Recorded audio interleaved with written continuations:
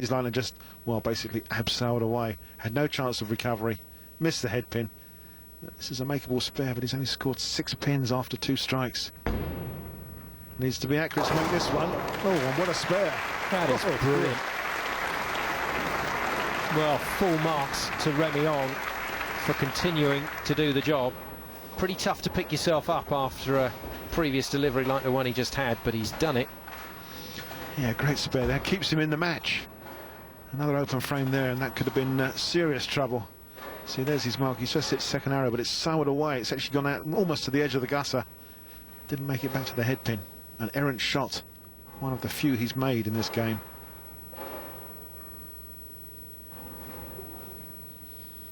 Moor looking to turn the screw. Looking for 4 in a row. And to extend that lead.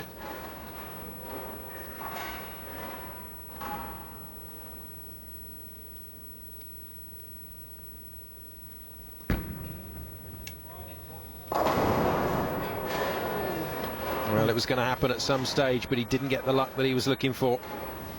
Well, he too was a little bit wide on that shot. Picked up some extra lane conditioner. Made the head pin. Not enough drive just to kick that single pin out. He's looking for it, but it doesn't quite get there. Tried to hit him thin, make him spin, and the 7 pin stood in defiance. Cass, I'm just a bit worried about Paul Moor. He's held his shoulder. He's tried to conceal it, but he's held his shoulder after the last 3 shots now. And you can't say it's because he's missing, because 2 of those shots were strikes. So I think he's tweaked his shoulder just a bit. Well spotted, Dr. Golding. I hadn't seen that, but it's something we'll certainly look for on the next shot. Paul takes his spare away. Stays clean. Well, a lot of players have idiosyncrasies that might not necessarily mean anything. It's just the way they hold themselves on stage. But he definitely seemed to have a grab at that shoulder a couple of times. 12 pins the difference. Almost nothing in it, really. Technically, it's still in Moor's hands. But Remy Ong here will be looking to come back after that very disappointing 6 spare. Yeah, it cost him pins there. As I say, it was after 2 strikes, so it was almost a double whammy defeat. Needs to get back in the pocket and carry, and does. Great response from a man from Singapore, the man with the high backswing and the deep follow through. Extends that arm right through, puts lots of rotation on the ball, carries all 10 pins. Yeah, that was comprehensive, wasn't it? That was nothing to do with messengers or mix. That was straight down. Yeah, just the glitch in frame number 1 and the errant spare in frame 4. Great recovery though. That frame 4 recovery for the spare could prove crucial. Yeah, we haven't seen many washout spares picked up during this tournament. Well, in fact, not very many have been left. Lots of the players have really been in their strike zone the whole tournament. Moor working on the spare. Let's look for that shoulder.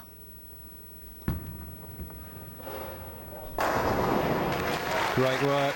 No sign of it there. Just a little shake afterwards, but he's found his way through again. Paul, written on our strike cards. Yeah, it's the Paul Moor fan club. Couldn't really ask for a better shot than this one.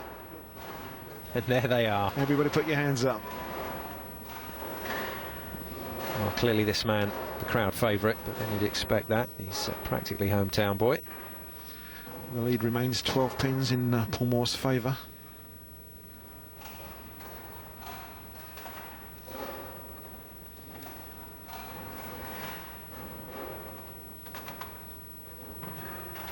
Ong working a strike.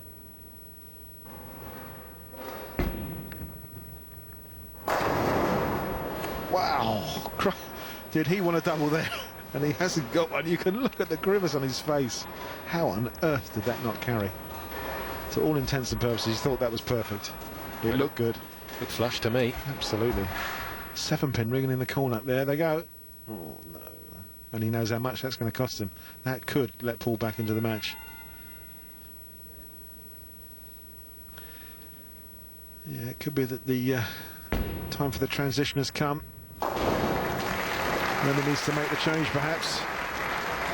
Yeah, business taken care of first of all. Now it's Paul Moor working a strike. But you never know. If the lane condition keeps changing like this, Cass, then we could be into a real battle right through to the end. Well, as we mentioned, they're both playing the same area of the lane, so they're pretty much in one another's track area. And it could be that one's corrupting the other's shot. Who's going to realise this and overcome it, make the adjustments? And we're down to the last 4 frames as well.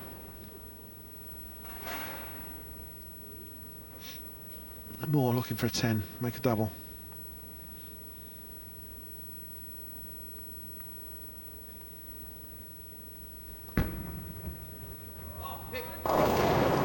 He was talking to that one as well, a long way out, and clearly this lane condition has really caught both players out, and it's caught him out big time. Well, you could actually see that this one was outside his mark. He's almost opened his shoulders up a bit, tried to give it a bit of room. Didn't get the reaction in the back end. Yeah, he doesn't like that at all. 3 pins standing in the left-hand, on the right-hand side of the lane. What a cluster spare he's going to have to carry away. Top crowd here, and we must say well done to them, because there's been the best of order throughout all of the matches. They appreciate just how important it is for the Tenpin bowlers to come to the line and bowl and be able to concentrate.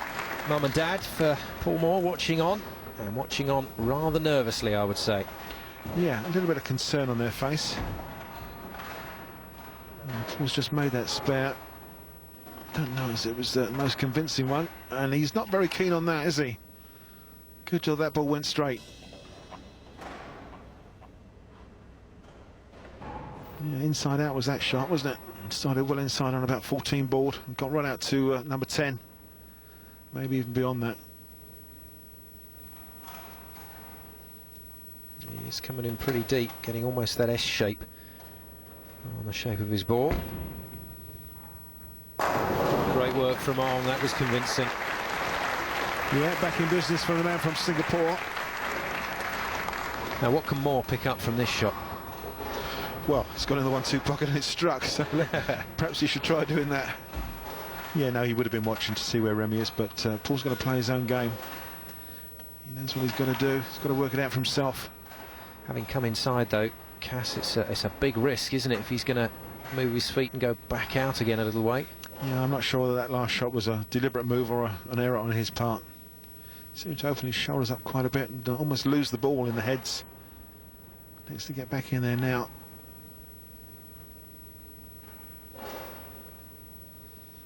Still only 12 pins in it, in Moore's favour. Almost a wobbler, nearly got the messenger, but that's a 6-pin standing. And again, I think, yeah, Paul's definitely changed that line. He's really inside out, and his speed is down as well, and that's why the ball's breaking early in the back end. It's going high through the head pin, not giving himself a chance to make that pocket. Needs to get in that sweet spot. Again, it can only be a spare. We've got a heck of a game on our hands, because both the maximum aggregate scores now are very close. There's just 1 pin in it in favour of Paul Moor. Potentially, Moor can bowl 4-8-3 from here, and Remy Ong 4-8-2. And we've got another amazing semi-final after the firepower of semi-final 1. We've got a massive tactical battle going on here. Yeah, the big difference in this game being that open framing from number 1 for Remy Ong, and that 6 spare in frame number 4. He's on a strike, so he's going to be looking for the double. In fact, it's almost a must-strike situation for Remy Ong at this particular time. Frame number 8.